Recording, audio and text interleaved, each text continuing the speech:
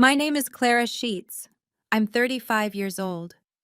For 10 years, my parents called me a failure. My mother would look at my sister Natalie and say, "She married well, she has a real career." Then she'd look at me, single, quiet, wasting my potential. This Thanksgiving, I brought a guest to their house, 14 people at the table. My mother saw him walk through the door, and her face went white. She grabbed my father's arm. Her voice came out tight, almost a hiss. "Get them out, now!" Too late. He was already speaking, already saying the things she'd spent years making sure no one would ever know. What my mother didn't understand was this. I hadn't come to ask for anything. I'd come to return something she thought she'd buried.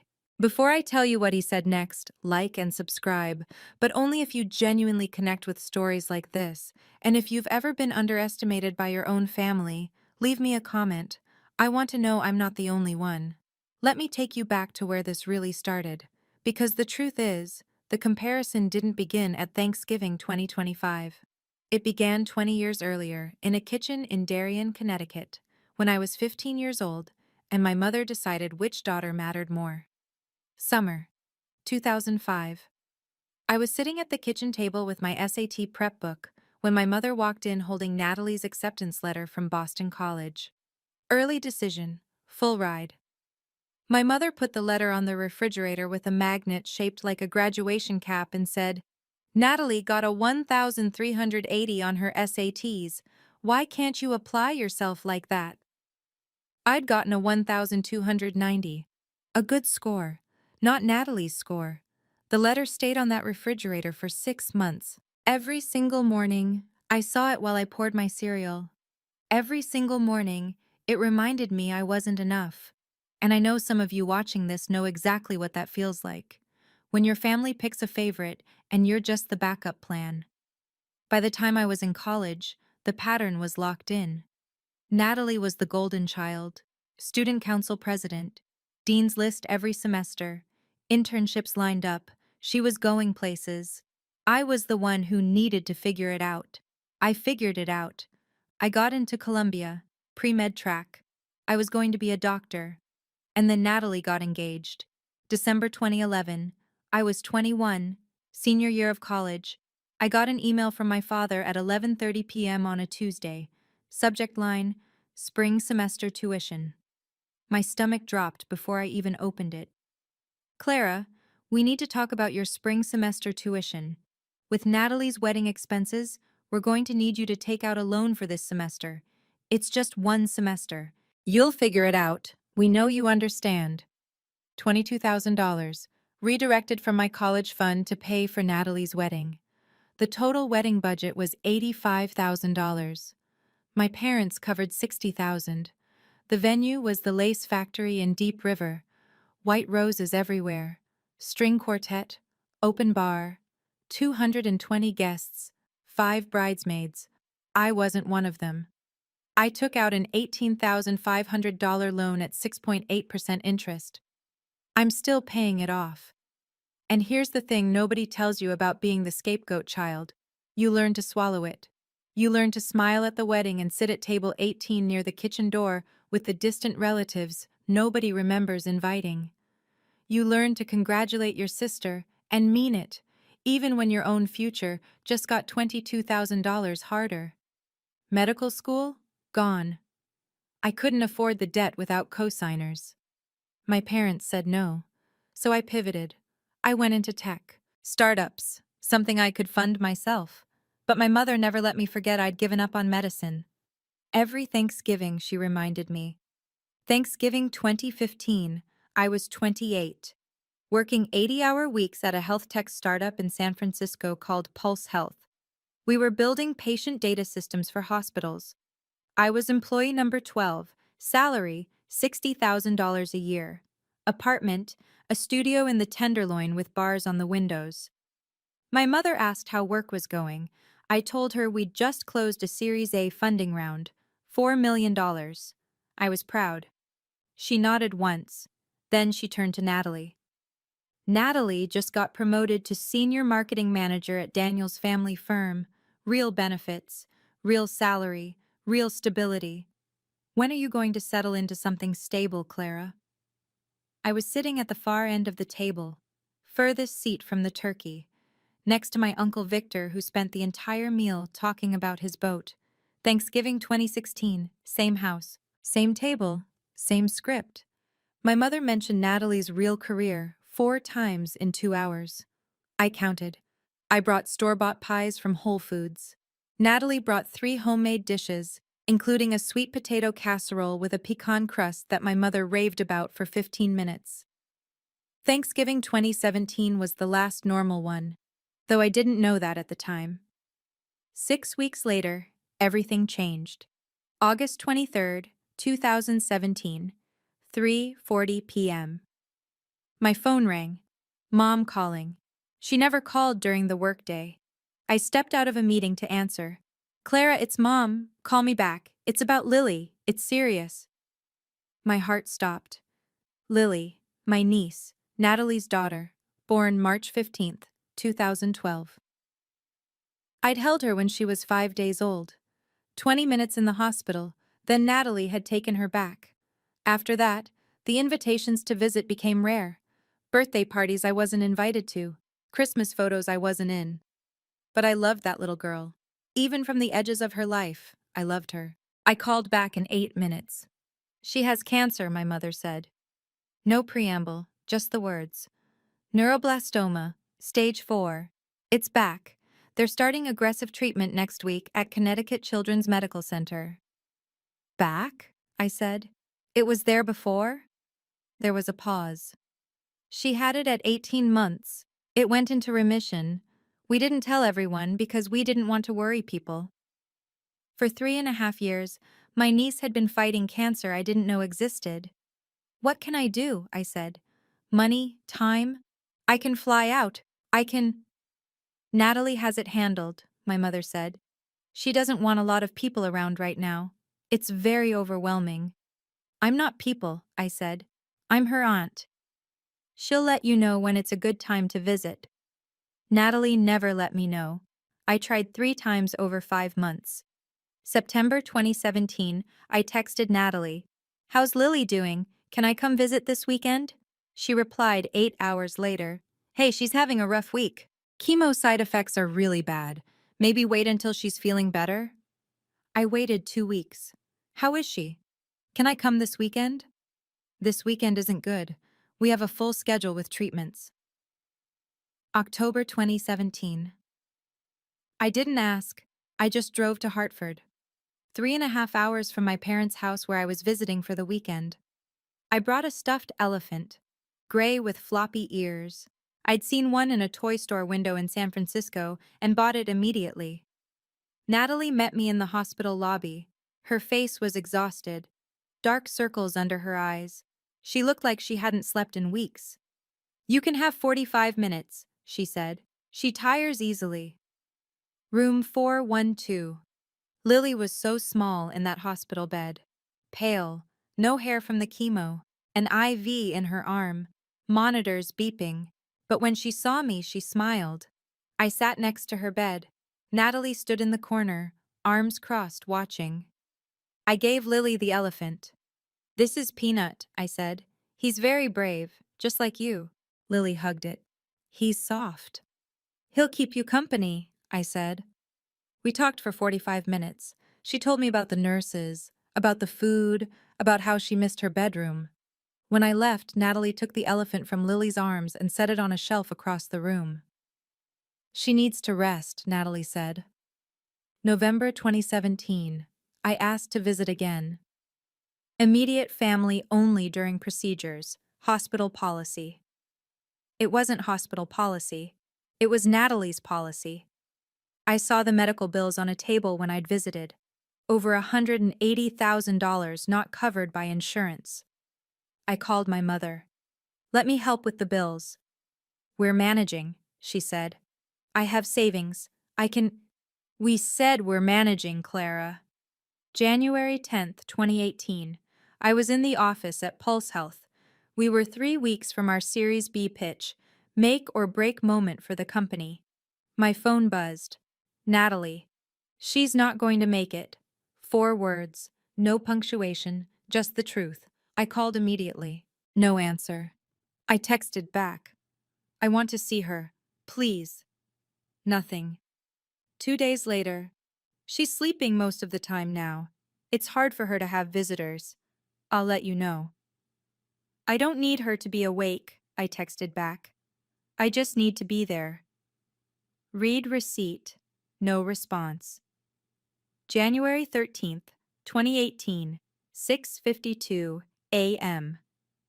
I was at the office. We'd pulled an all-nighter preparing for the pitch. I was on my 4th coffee, staring at spreadsheets, when my phone lit up. Natalie. She's gone. She passed an hour ago. I stood up so fast my chair rolled backward and hit the wall. She was 5 years old. I booked a flight within 10 minutes. SFO to JFK. 11:20 a.m. departure. Arrive 7:45 p.m. Eastern.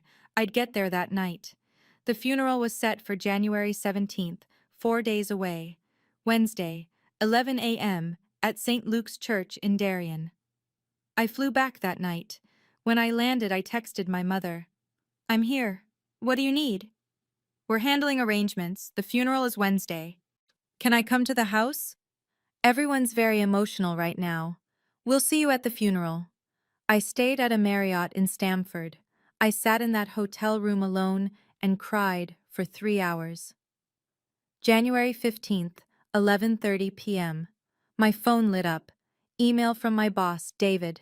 Subject: tomorrow's pitch, critical. Clara, I know this is your niece's funeral on Wednesday. I am so sorry for your loss. But the Singapore investors are only in town for 24 hours. They land at 9 a.m. Pacific on Wednesday and fly out at 6 p.m. This meeting determines whether we get our Series B or fold. I have 30 employees depending on this funding. I can't ask this of you, but I have to. We need you at this pitch. I stared at the email for 20 minutes. The pitch was Wednesday at 10 a.m. San Francisco time, 7 a.m. Pacific. The funeral was 11 a.m. Eastern, 2 p.m. Pacific. I pulled up flight options. The earliest I could land at JFK after the pitch was 3:20 p.m. I'd missed the funeral entirely. The only option that got me to the funeral was a red-eye landing at 6:45 a.m., but I'd have to skip the pitch meeting. If I skipped the meeting, Pulse Health didn't get funding. 30 people lost their jobs. If I went to the meeting, I missed my niece's funeral. I sat in that hotel room until 1 in the morning trying to decide. I called Natalie 4 times. She didn't pick up. Finally, I texted her. 1:15 a.m. Nat, I'm so sorry. My company's Series B pitch is Wednesday, same time as the funeral. The investors are only available that day. If I don't go, we lose everything and 30 employees lose their jobs. I've tried everything to move it. I can't. I know how this sounds. I know what I'm asking you to understand. But I love Lily. I loved her so much. Please know that. I'll visit her grave as soon as I can fly back. I'm so sorry. I watched the screen. 3 dots appeared, then disappeared, then appeared again. At 8:20 a.m. Wednesday morning, she replied, You never loved her. If you did, nothing would stop you from being there. Don't come to the grave. Don't come to the house. You made your choice. Work was always more important than family. Now we all know where we stand. I sat on the edge of that hotel bed and shook. Then I got on a plane back to San Francisco. The pitch meeting was at 10 a.m. in a glass conference room on the 40th floor of a building in Soma. 6 investors, 2 hours, charts and projections and questions about scalability and market penetration. We got the funding, $6.2 million. 30 people kept their jobs. Pulse Health survived. At 2 p.m. Pacific, while I was shaking hands with investors, my niece was being buried 3,000 miles away. I saw the photos later. Someone posted them on Facebook. My mother in a black dress, crying on my father's shoulder. Natalie in sunglasses, holding Peanut, the elephant I'd given Lily. The church was full, over 160 people. I pulled up the funeral program someone had scanned and posted. In loving memory of Lily Rose Hart.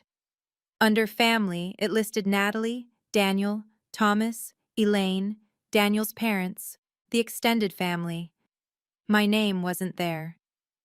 January 18th. I flew back to Connecticut. I rented a car at JFK and drove straight to Spring Grove Cemetery in Darien. 2 p.m. Freezing rain. 34 degrees. Fresh flowers covered the grave. Roses, lilies, carnations. All from the funeral the day before. I'd brought white lilies, Lily's namesake flower. The headstone was simple, gray granite. Lily Rose Hart, March 15th, 2012 to January 13th, 2018. Forever our angel. I stood there for 90 minutes in the freezing rain. I talked to her. I told her I was sorry. I told her I loved her. I told her I'd made a choice I'd carry for the rest of my life. I took one photo of the headstone. I never posted it anywhere. When I left, I was shaking. Not from cold, from something deeper. January 20th. My mother texted me. We told the family you were too busy with work to attend Lily's funeral. I hope you're satisfied with your priorities. And that was it. That was the story. Clara didn't love Lily. Clara only cared about her career. Clara was a failure as a person. The scapegoat narrative was complete. If stories like this hit something real for you, hit subscribe, but only if you've ever been the one your family decided to blame for everything. What nobody tells you about grief is that it doesn't end, it just finds new shapes. For the next 18 months, I was a ghost to my family. Thanksgiving 2018, I didn't get an invitation. My mother told relatives I was too busy with that startup. Christmas 2018, same thing. Clara said she had work commitments. You know how she is. Easter 2019.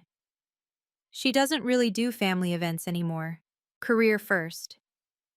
I wasn't invited to any of those events, but at every one, my mother told a story about me, and each time, I became a little less human and a little more myth. The difficult daughter, the selfish one, the one who chose work over family. Between 2018 and 2019, I texted my parents maybe 12 times. We had one phone call. April 2019. It lasted 3 minutes and 20 seconds. We talked about weather, the safe topic, nothing else.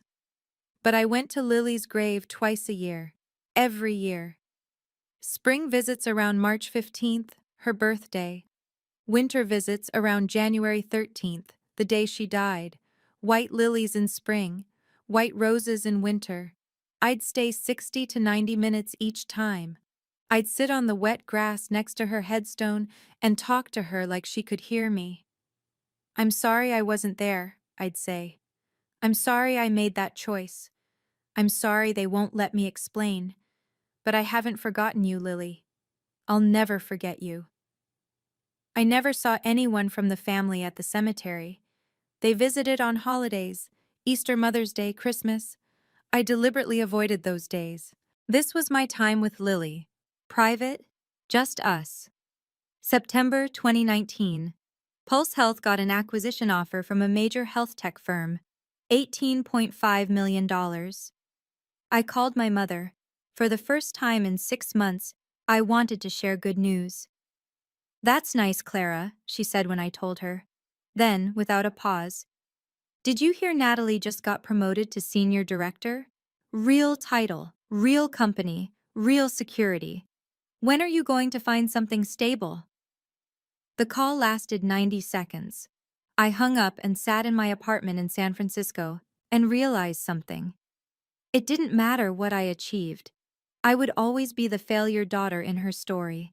So I stopped trying to change the story. I focused on the only thing I could control. September 2020. The acquisition closed. After taxes, investor payouts, and employee equity pool, I walked away with $8.3 million. I didn't call my family. I didn't post about it on social media. I just sat with the number and thought about what it meant. For the first time in my life, I had real money, not salary, not savings, real wealth. And the first thought I had wasn't what can I buy? It was what can I do for Lily? I Googled Connecticut Children's Medical Center donations, then neuroblastoma research funding, then anonymous charitable giving. I spent 3 days researching, and then I made a call. October 28th, 2020, 2:15 p.m. I called the Connecticut Children's Foundation. This is Lawrence Pemberton, Development Director. A warm voice, maybe 50 years old, professional. Hi, I said. I'd like to make a significant anonymous donation to your foundation, specifically for rare disease research. Neuroblastoma. There was a brief pause. Of course, we'd be honored. May I ask what size donation you're considering?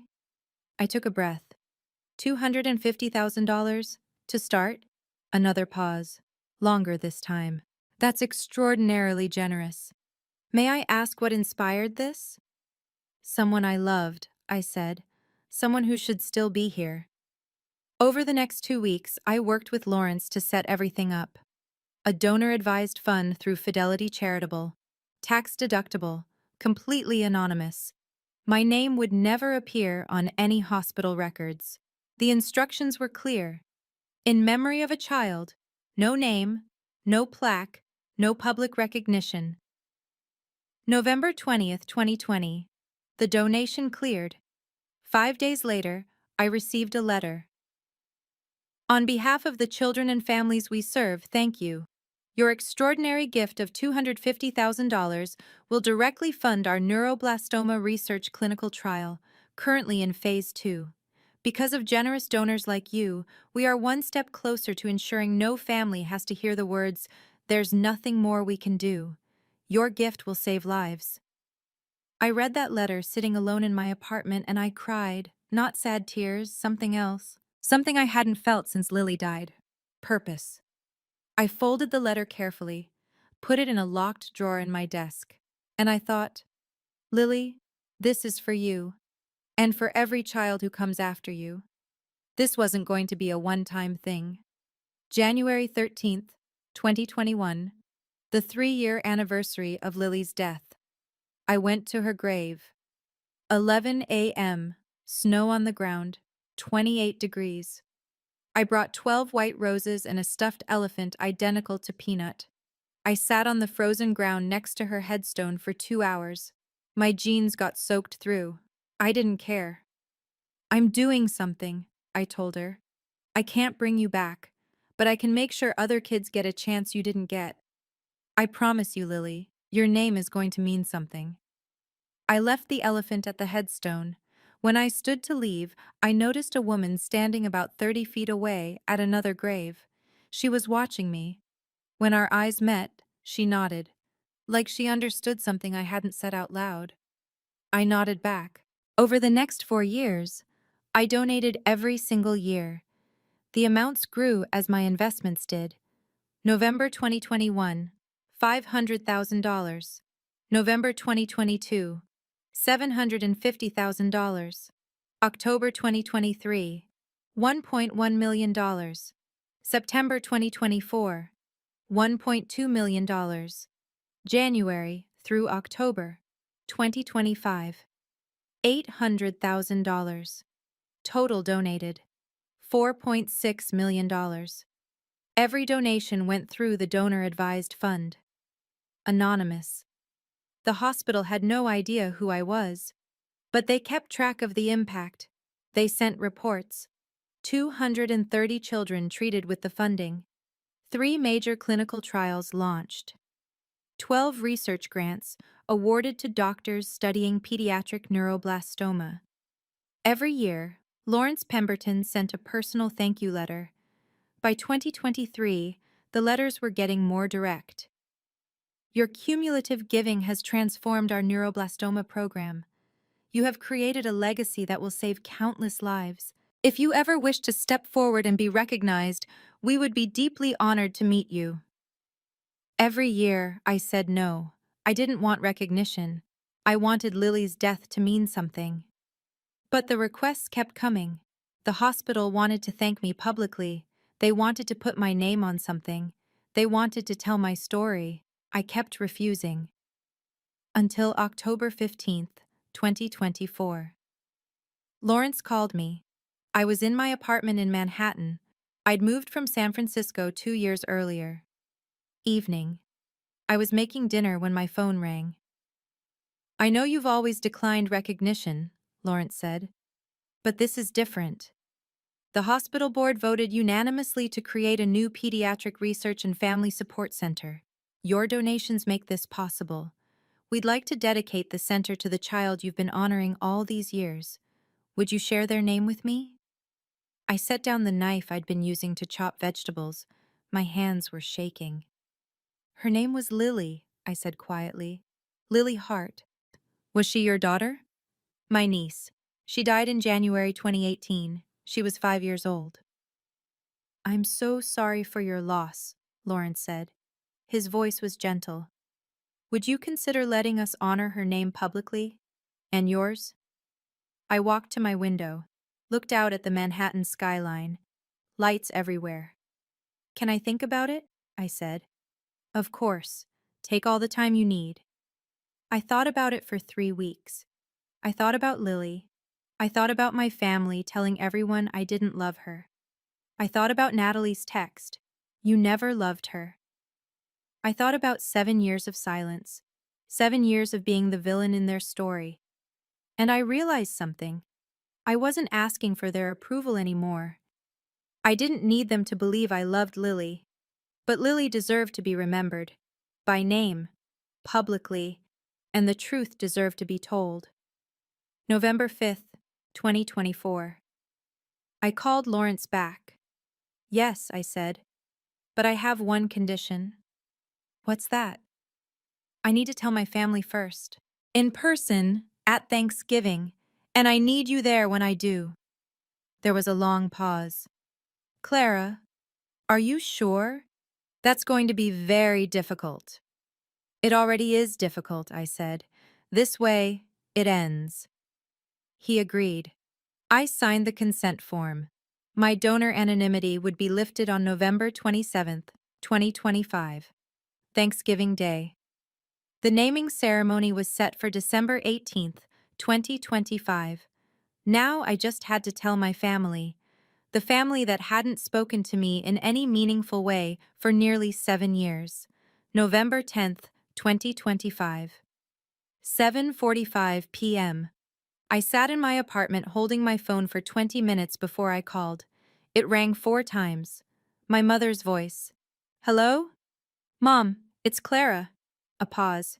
I could hear the surprise. "Clara, this is unexpected." "I'm coming to Thanksgiving this year," I said. No preamble. Just the fact. Another pause. "You are?" "Yes, and I'm bringing a guest." I could hear her brain working. "A guest? Is it finally a boyfriend? Because Natalie's been asking." "No, Mom, it's not a boyfriend." "Then who?" "Someone who knew Lily." I heard her sharp intake of breath. "Clara, that's in extremely poor taste. We don't just bring up—" "I'll see you at 2:30, I said. "We'll be there for dinner." I hung up before she could respond. I turned off my phone, sat in the silence. My hands were cold and shaking. But I'd done it. I'd started something I couldn't stop. The next 2 weeks, I prepared. I reviewed every donation receipt from the past 6 years. I read every thank you letter from Lawrence. I looked at the impact reports showing which children had been helped, which trials had been funded, which research had been advanced. November 20th, 2025. I drove to Spring Grove Cemetery. 2 p.m. I brought white lilies. I knelt by Lily's grave. "They're going to know now," I told her. "Everyone is going to know you were loved. Everyone is going to know I never forgot." I stayed for an hour. Before I left, I touched the headstone. "Lily, forgive me if this is the wrong thing to do, but I can't carry their story about me anymore. It's time for the truth." I bought an outfit for Thanksgiving. A navy dress, simple, professional, expensive, not flashy. I wasn't trying to impress anyone. I was trying to feel like myself, strong, clear, Ready. November 27th, 2025, Thanksgiving morning. I stood in front of the mirror in my apartment. The dress fit perfectly. My hair was pulled back, minimal makeup. I looked like someone going into battle. Calm battle. Today, everything changes, I thought. Lawrence and I had agreed to meet at a rest stop off I-95 and drive to my parents' house together. He arrived at 1:45 p.m. in a dark blue sedan. Gray hair, kind eyes, a suit that said Professional Foundation Director. "You ready for this?" he asked.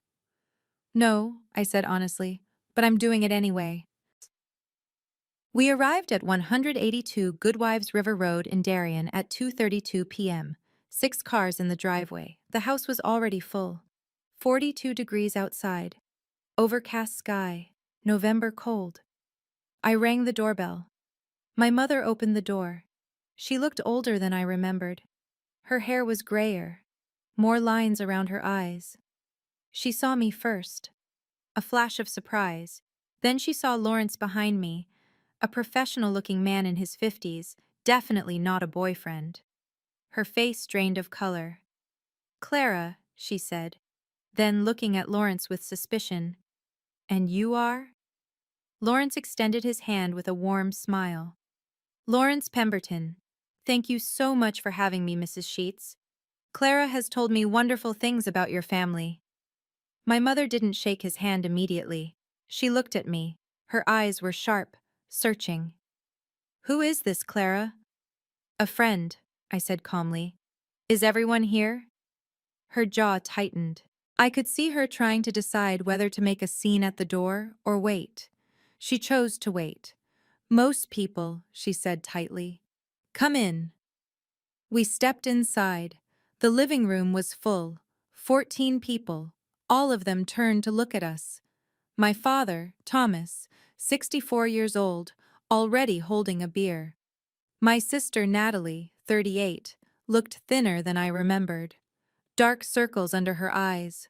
Her husband Daniel beside her, protective hand on her back. Daniel's parents, Richard and Susan, late 60s, both friendly faces. Daniel's sister Jessica and her husband Andrew. My mother's sister Patricia, her husband Jim, and their 32-year-old son Eric, who I'd barely spoken to at my entire life. My father's brother Victor and his wife Anne, both polite strangers to me. And Lawrence making 15. Susan, Daniel's mother, lit up when she saw me. "Clara! Oh my goodness, it's been years! How are you, sweetheart?" She crossed the room and hugged me. A real hug. I'd forgotten what that felt like from family. "I'm good," I said. "It's good to see you, Susan." Patricia approached next. "Clara, honey, you look wonderful. Who's your friend?" Everyone was looking at Lawrence now. "This is Lawrence," I said. "He works with a children's foundation in Hartford." "Oh, charity work?" Patricia said brightly. "How wonderful! What kind of foundation?" "Connecticut Children's," Lawrence said smoothly. "We fund pediatric research and family support programs." "That's lovely," Patricia said. Then to me, "And how do you two know each other?" "We've worked together on a project," I said vaguely. My mother was watching from across the room. I could see her mind working, trying to figure out what this was. For the next 25 minutes, we made small talk. The weather, traffic getting here, the football game on TV, Giants versus Cowboys. Lawrence was charming, professional. He talked to my father about Connecticut politics, to my uncle about sailing, to Daniel's father about manufacturing. No one asked why he was really here. My mother tried twice to pull me aside. I deflected both times. At 4 p.m., my mother announced dinner. "Everyone to the table, please." The dining room table was set for 14. My father's seat at the head of the table. My mother's at the opposite end. My mother tried to seat Lawrence at the far end, away from me. Lawrence politely said, "Actually, I'd love to sit next to Clara if that's all right. We have some things to discuss later." My mother's face flickered with something. Panic? She couldn't refuse without making a scene. Of course, she said tightly. Lawrence sat to my left. Natalie and Daniel sat directly across from me. First time I'd been face to face with my sister in 6 years. She looked at me. I looked back. Her expression was unreadable. The food was classic Thanksgiving: 18-pound turkey, golden brown, sweet potato casserole with pecan topping, green bean almondine, cranberry sauce. Parker House rolls still warm from the oven, 3 pies on the sideboard: pumpkin, apple, pecan. It should have been perfect. Instead, it felt like sitting on a bomb with a slow fuse. We started eating.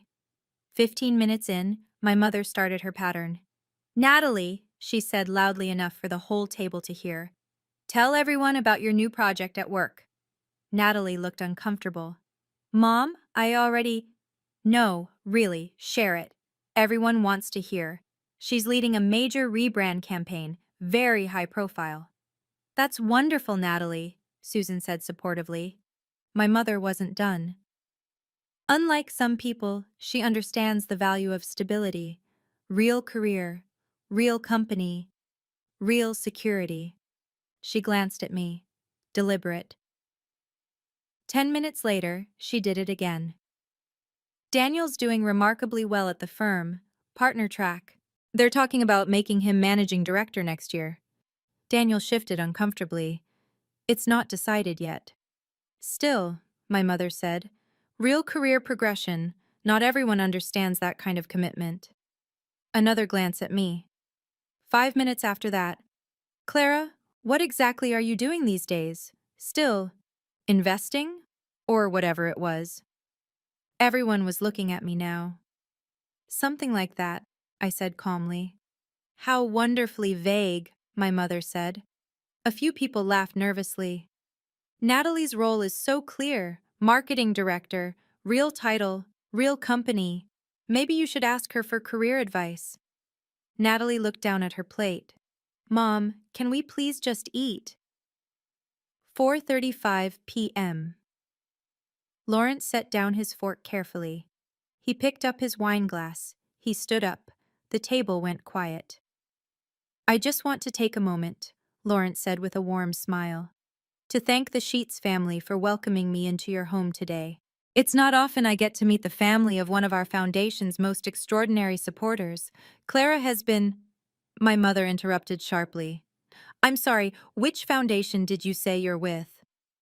Connecticut Children's Medical Center Foundation, Lawrence said clearly. I'm the development director. Clara and I have been in touch for several years now regarding her philanthropic work, and...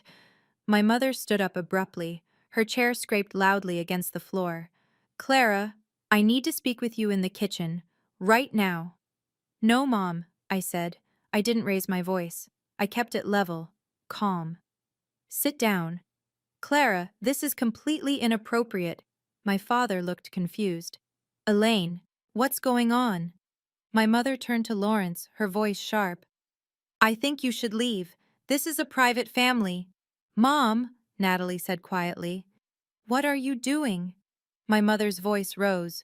Get them out. Now. The room went silent. 14 people frozen. Lawrence looked at me, confused and concerned. I gave him a small nod. Continue. Mrs. Sheets, Lawrence said gently, I apologize if this is surprising. Clara finally agreed to let us acknowledge her contributions publicly. For the past 6 years, she has been our foundation's largest anonymous donor. The words hung in the air. Her gifts, totaling $4.6 million, have funded our new Pediatric Research and Family Support Center. The hospital board voted unanimously to dedicate this center in memory of Lily Hart. We hoped your family would join us on December 18th when we officially... Silence. Not the polite kind, the stunned kind. 11 full seconds of it. I counted. Natalie's fork slipped from her hand. It hit her plate with a sharp metallic sound that made everyone jump. Daniel's mouth opened. No words came out. Susan put both hands over her mouth. Her eyes filled with tears. Patricia whispered, Wait, what did he just say? My father was staring at me like he'd never seen me before, his beer forgotten in his hand. My mother was gripping the edge of the table. Her knuckles were white.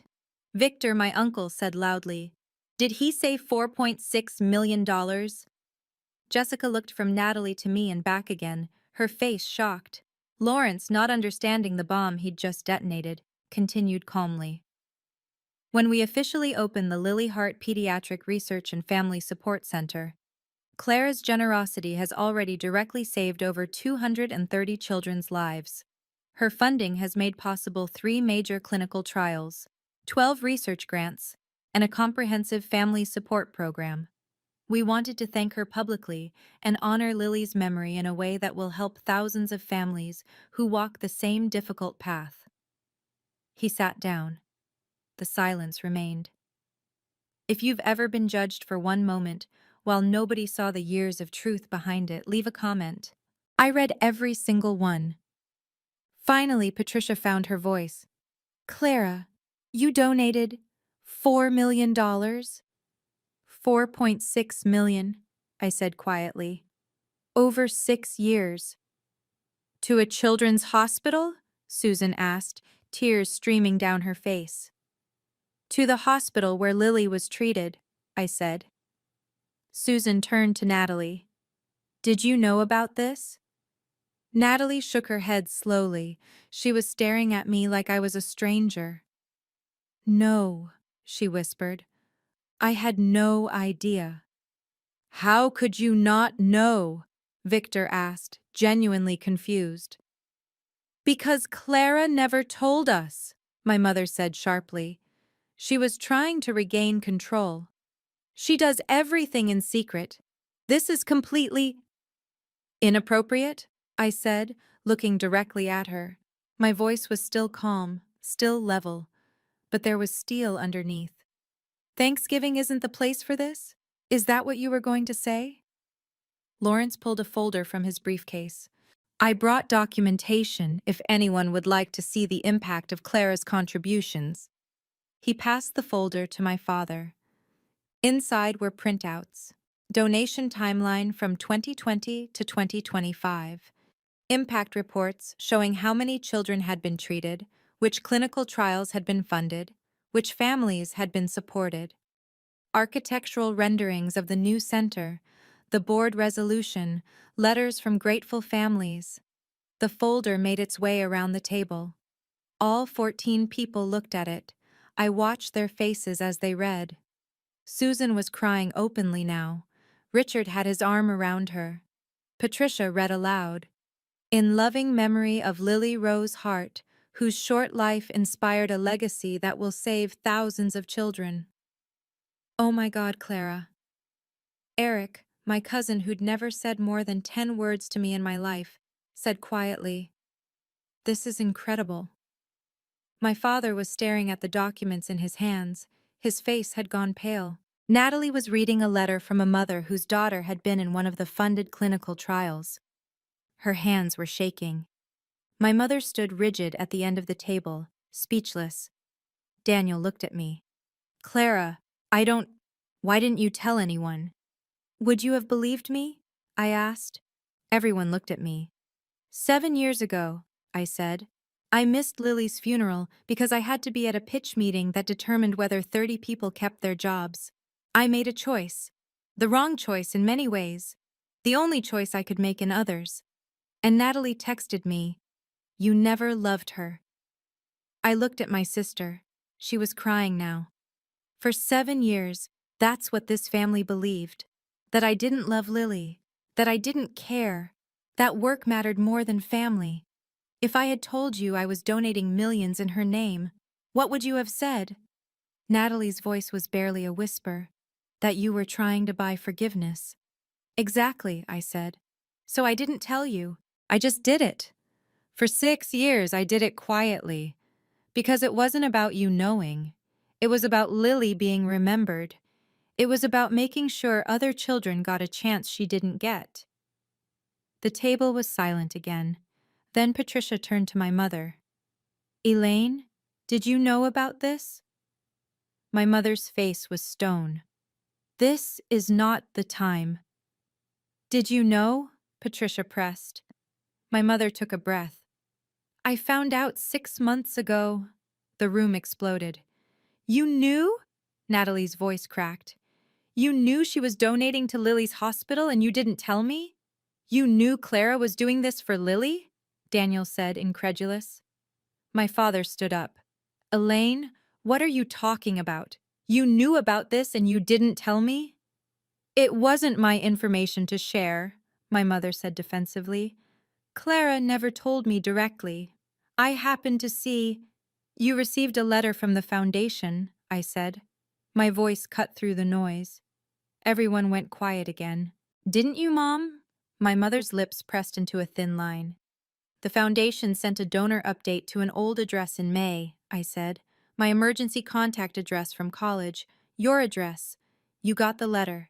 You knew I'd been donating. You knew about Lily. And you never said a word. That letter was addressed to me by mistake, my mother said.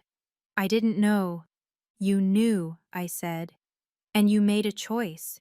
You could have told Natalie. You could have told Dad. You could have told anyone, but you didn't. Because if you did, you'd have to admit something. Admit what? My mother snapped. That I wasn't the failure daughter. That your entire narrative about me was wrong. That for 10 years, you've been telling everyone I don't care about family, when the truth is I've spent nearly $5 million honoring a little girl you all said I didn't love. My mother's face went red. How dare you turn this into— What did you do with the letter? I asked. The one from the foundation? She didn't answer. You threw it away, didn't you? Or deleted the email, because if you kept it, someone might see it. Someone might ask questions. My father sat down heavily. He looked at my mother. Elaine, is this true? My mother didn't answer. Lawrence stood quietly. I think I should give you all some privacy. This is clearly a family matter. He looked at me. Clara, the naming ceremony is December 18th at 6 p.m. at the medical center. Everyone here is warmly invited. The families of the children whose lives have been saved will be there. I think they'd love to meet all of you. He handed me his card. He nodded politely to the room. And he left. The front door closed. 5:02 p.m. 13 people remained at the table. No one ate. No one moved. The food was cold now, congealing on plates. After 90 seconds, Richard, Daniel's father, spoke. I think, he said carefully, we owe Clara an apology. All of us.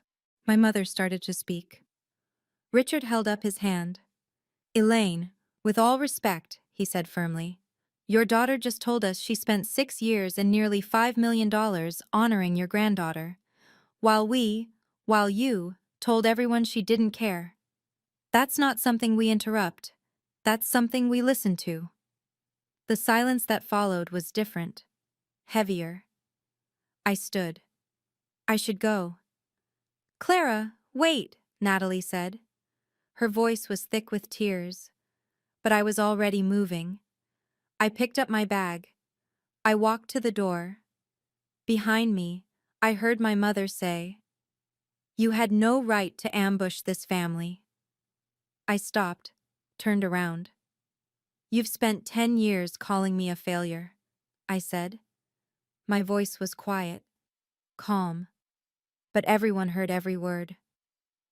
You redirected my college fund to pay for Natalie's wedding. You refused to co-sign my medical school loans but co-signed hers. You gave her $50,000 for a down payment and gave me nothing. You told relatives I was too busy to attend family events I was never invited to. You told everyone I didn't love Lily when I was visiting her grave alone twice a year for 7 years.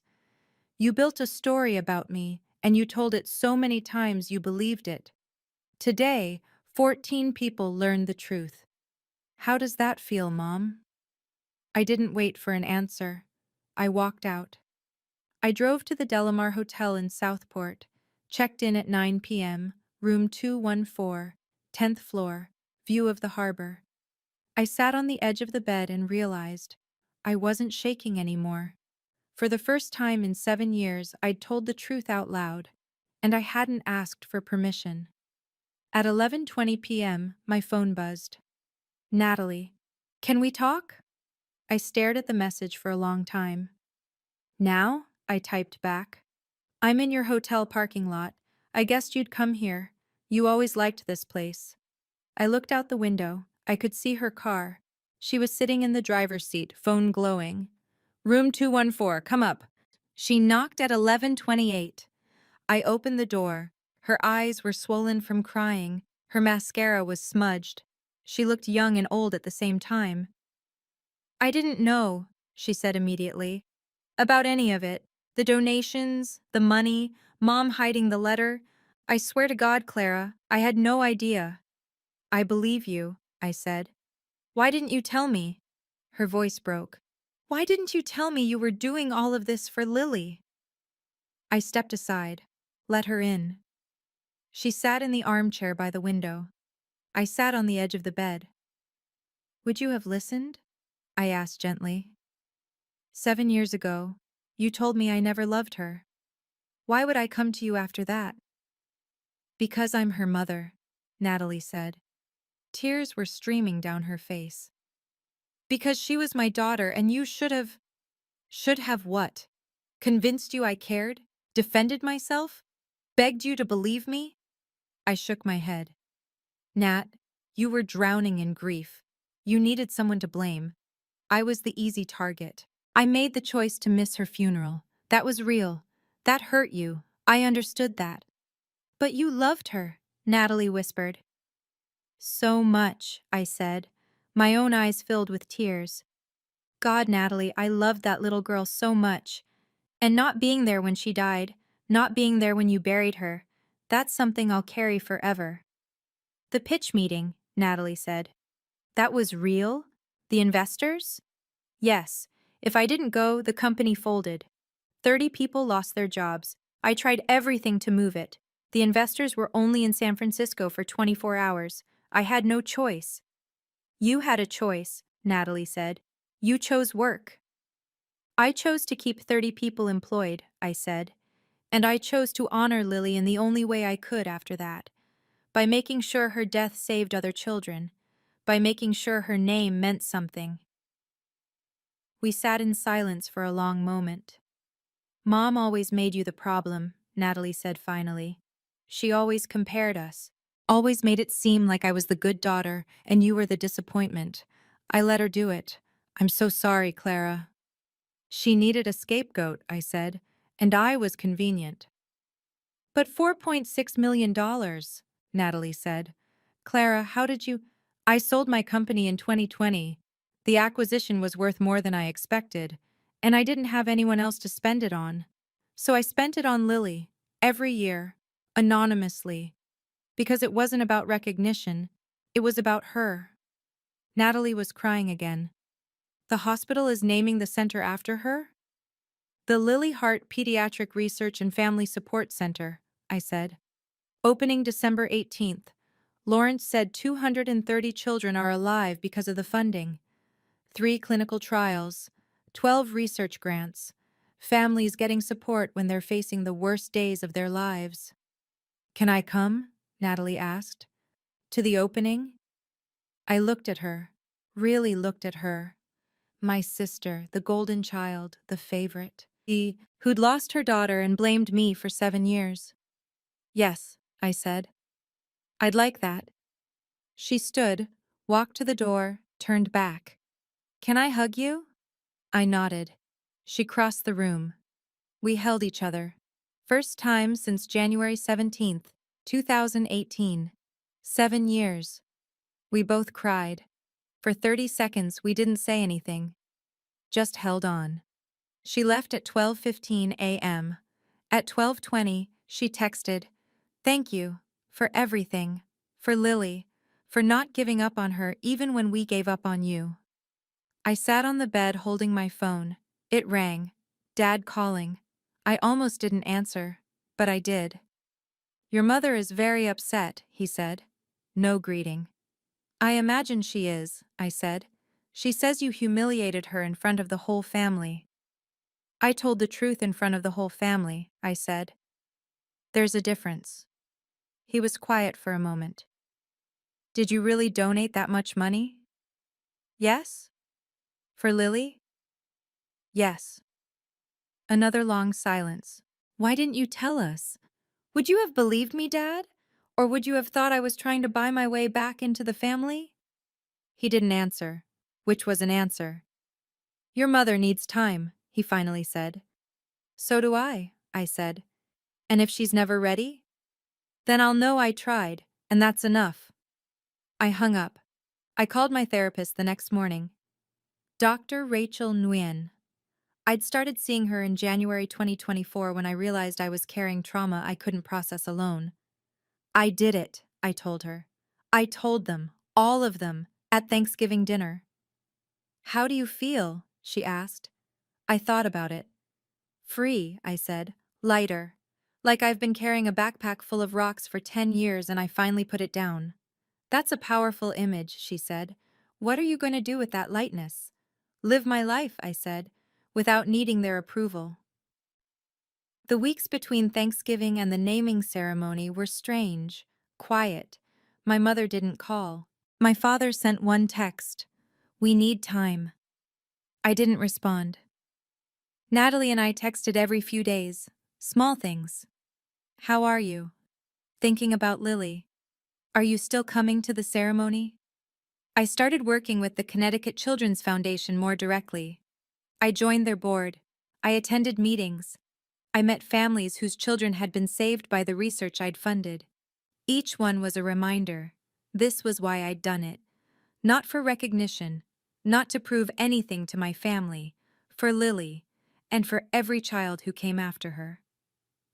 December 18th, 2025. 6 p.m. Connecticut Children's Medical Center, 282 Washington Street, Hartford. I arrived at 5:45. The main lobby had been transformed. A banner. Grand opening, the Lily Hart Pediatric Research and Family Support Center. 200 people, hospital staff in scrubs and lab coats, donors in suits, board members, families with children, some in wheelchairs, some with oxygen tanks, some running around healthy and loud. Natalie and Daniel arrived right after me. She was wearing a black dress. She looked nervous. You came, I said. Of course I came, she said. I wouldn't miss this. My parents didn't come. I'd invited them. My mother never responded. My father sent a text that morning. Your mother isn't ready. I don't think I can come without her. I'm sorry. I'd replied, I understand. And I did. Some wounds don't heal in 3 weeks. At 6:15, Lawrence took the podium. Tonight, he said, we honor 2 people, one who left us far too soon, and one who ensured her legacy would save thousands of lives. Lily Rose Hart was 5 years old when she died from neuroblastoma in January 2018. But her Aunt Clara refused to let that be the end of Lily's story. For 6 years, Clara Sheets donated anonymously to our foundation. $4.6 million. She asked for no recognition, no publicity, nothing except that her gifts be used to fund neuroblastoma research and family support. Because of Clara's generosity, 230 children are alive today. 3 major clinical trials have been completed or are underway. 12 research grants have been awarded, and dozens of families have received counseling, financial support, and hope during the darkest days of their lives. But more than that, Clara has given us something priceless. She has shown us that love doesn't always announce itself, that the quietest acts of devotion can have the loudest impact, that grief, when channeled into purpose, can change the world. Clara, on behalf of every child whose life you've saved, every family you've supported, and every doctor whose research you've funded, thank you. The applause was deafening. I didn't walk to the podium. Lawrence had asked if I wanted to say something. I'd said no. This wasn't about me. They unveiled the plaque. Bronze, simple, beautiful. The Lily Hart Pediatric Research and Family Support Center, established 2025 in loving memory of Lily Rose Hart, March 15, 2012 to January 13, 2018, funded by Clara Sheets. so that no family walks this path alone. Natalie was sobbing beside me. I put my arm around her. We stood together looking at Lily's name on the wall. After the ceremony, a woman approached me. She was maybe 35. She had a little girl with her, maybe 7 years old, with a bright smile and a pink dress. "Ms. Sheets?" the woman said. "I'm Jennifer Morrison. This is my daughter, Sophie. She was in the Phase 2 neuroblastoma trial your funding made possible. She's been in remission for 18 months. I knelt down to Sophie's eye level. "Hi, Sophie." "Thank you for helping me," Sophie said. She handed me a drawing. Crayon. A little girl holding hands with a doctor. At the top in wobbly letters. "Thank you for saving me." I took the drawing. My throat closed up. I couldn't speak for a moment. "You're very welcome, Sophie," I finally managed. "You're very brave." Jennifer was crying. "We prayed for 2 years. We didn't know who funded the trial. We just prayed for whoever made it possible. And now we know. My daughter is alive because of you." "She's alive because she's a fighter," I said, "and because the doctors here refused to give up." "They didn't give up because you gave them the tools they needed," Jennifer said. "Thank you. From the bottom of my heart. Thank you." They took a photo with me in front of Lily's plaque. Natalie joined us. The local news was there. They asked if they could interview me. I said yes. "Why did you donate anonymously for so long?" the reporter asked. "Because it wasn't about me," I said simply. "It was about making sure a little girl who died too young would have a legacy that saved other children. That was all that mattered." "And why go public now?" I looked at the plaque, at Lily's name. "Because she deserves to be remembered. By name. Publicly. And because the truth matters." That night the story ran on the local news. Anonymous donor revealed. $4.6 million. Legacy. Honors 5-year-old girl. By the next morning, it had been picked up by CNN, Good Morning America, and the New York Times. My phone exploded with messages. Old friends, former colleagues, people I hadn't talked to in years. My mother didn't call. Christmas 2025. I spent it alone in my apartment in Manhattan. Snow falling outside. Coffee. A book. Silence. At 10 a.m., Natalie texted, "Merry Christmas. I wish you were here. Mom's not talking to anyone. Dad's miserable. I told them they're being ridiculous." I replied, "Merry Christmas. Maybe next year." At 3 p.m., my father called. "Merry Christmas, Clara." "Merry Christmas, Dad." A long pause. "I saw the news coverage. You looked good." "Thanks." "Your mother saw it too." "And?" "She didn't say anything." "I'm not waiting for her to apologize, Dad," I said. "I'm not waiting for her to admit she was wrong. I'm just living my life." "She's very stubborn," he said. "So am I said. "I wonder where I got it." 2 days later, a package arrived. From Natalie. A framed photo of Lily, age 4, huge smile, holding Peanut the elephant. The card said, "She loved you, Clara. I'm sorry it took me this long to see it. Thank you for never stopping. N." I put the photo on my mantle, next to Sophie's drawing. I continued therapy through January and February 2026. Every week, Dr. Nguyen and I worked through layers. The grief over Lily, the guilt about the funeral, the anger at my family, the slow work of building a sense of self-worth that didn't depend on their approval. "You spent your whole life trying to earn love from people who were never going to give it," she said in one session. "And then you spent 6 years giving love to a child who couldn't receive it but whose legacy could. That's powerful, Clara. That's healing." "I still miss her," I said. "You always will," Dr. Nguyen said. "But you've turned that missing into meaning. That's the best any of us can do with grief." The first Saturday of every month, I met Natalie for coffee, Starbucks in Stamford, neutral ground. We talked, slowly, carefully, about Lily, about our childhood, about the ways we'd both been trapped in roles we didn't choose. Mom needed me to be perfect, Natalie said in February. And she needed you to be the failure. It was never about who we actually were. No, I agreed. It was about her story. I'm seeing a therapist too, Natalie said. She says the golden child and the scapegoat are both forms of abuse. She's right, I said. In January, Lawrence invited me to join the board of Connecticut Children's Foundation officially. I accepted. I attended my first meeting on January 22nd, 2026. I met other donors, other advocates, people who'd lost children or who had children who survived, people who understood that grief could be transformed into purpose. February 14th, 2026. Valentine's Day. I drove to Darien. Not to my parents' house, to Spring Grove Cemetery, 2 p.m.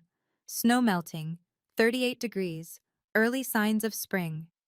I brought 12 white roses and a stuffed elephant identical to Peanut. I sat on the ground next to Lily's headstone. The grass was wet. My jeans got soaked. I didn't care. I talked to her. Hey, Lily. It's me, Clara. I wanted to tell you. They know now. Everyone knows I loved you. Everyone knows I never forgot. There's a whole center with your name on it now. Kids are getting treatment because of you. Families are getting support because you existed. 230 children are alive because your life mattered. I don't know if Grandma will ever forgive me for missing your funeral. Maybe she won't, but I don't need her forgiveness anymore because I know the truth. And you know the truth. And every child in that hospital with your name on the wall knows the truth. I'm sorry I wasn't there when you died, Lily. I'll carry that for the rest of my life. But I hope, wherever you are, you can see what I did. And you know it was all for you. You were loved. You are loved. You will always be loved. I left the roses, the elephant, a handwritten note tucked under the flowers. You are loved, forever, Aunt Clara. I took a photo of my hand resting on her headstone. Just my hand, the gray granite, the flowers. I posted it on Instagram. First time I'd ever posted anything about Lily publicly. No caption, just the photo. Within an hour, it had 3,000 likes. Comments poured in. This is the most beautiful thing I've ever seen. You are an angel. Lily knows. I promise she knows. Natalie texted me. She knows, Clara. I promise you, she knows. As I was leaving the cemetery, I passed an older couple visiting a nearby grave. They looked at Lily's headstone. The woman stopped. Read the inscription. Turned to her husband. That's the little girl from the news, she said. The one the hospital named the center after. I kept walking, but I was smiling, because yes, that's exactly who she was. If you've ever loved someone quietly while a whole family told the story wrong, tell me what happened in the comments.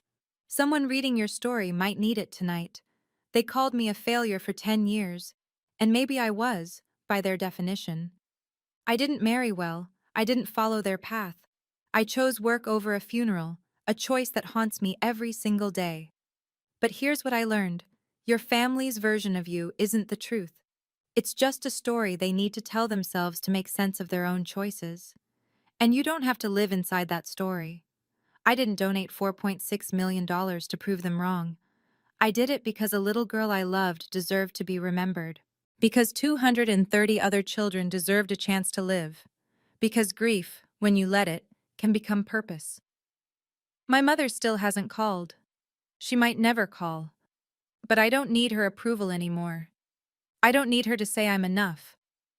Because I know I am. Lily knows I am. Every child in that hospital with her name on the wall knows I am.